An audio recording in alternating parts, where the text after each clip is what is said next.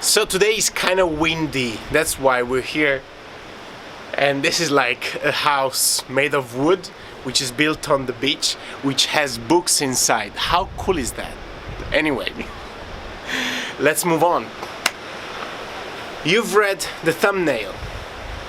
Have you been within the lines so much so that you've been aiming to be perfect? Because I know firsthand how that feels. I know firsthand when you have the feeling that you've done some things wrong in your life over the time, and then you're like, okay, I'm gonna really make an effort to do things right, to do things within the lines, within the rules, everything's so right and perfect that you become cold and obsessed by reaching a standard which doesn't exist.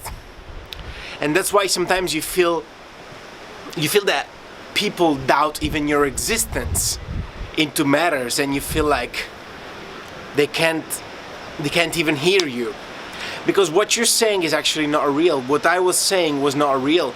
Aiming for perfection is aiming for nothing, because nothing ever is perfect. And you know what happens?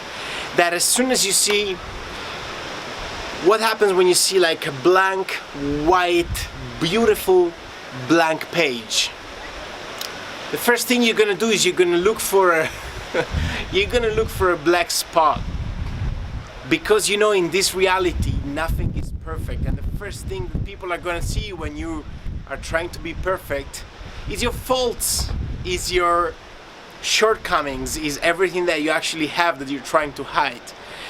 But don't take me wrong, nobody is that good or that right or that perfect.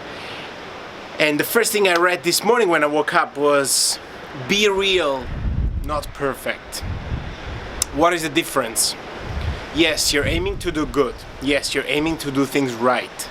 However, you gotta be real, because you do make mistakes, and you do bad things sometimes. As crazy as it sounds, you do those things without even meaning to do them, just because it's what humanity is.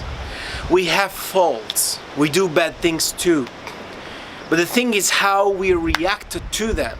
How do we interact with the events after they've happened? There's no stopping them from happening, but there is a choice on how we fix them when they happen, and how we take ourselves along the process. Can we laugh about them?